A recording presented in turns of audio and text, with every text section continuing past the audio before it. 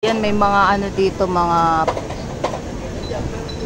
ano, sa school ba nila to? Parang nagsusurvey sila. Yan o, yung dalawa. Kausapin natin. Up.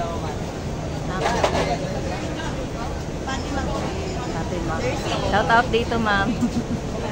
Shout out sa mama ko, pati kaya ano, sa tropa kong malupit, actually Cristobal. Channel ko po, Lily Baro. Hi po. Hi mga madam. Kay Abdi. First time nyo dito, ma'am, kumain? Opo. Galing Wow. po po. Galing? Exam. Galing exam ko yun. Ate, hello po. Ayan. Ayan. Ito may mga student pala to ng ano, Polytechnic University of the Philippines. Para saan yung survey, sir? Binabagtas po namin ito yung imahe ni Diwata bilang bahagi ng popular na kultura po. Anong course niyo po? Philippine Studies po. One of our requirements po sa major po namin sa ngayong second exam.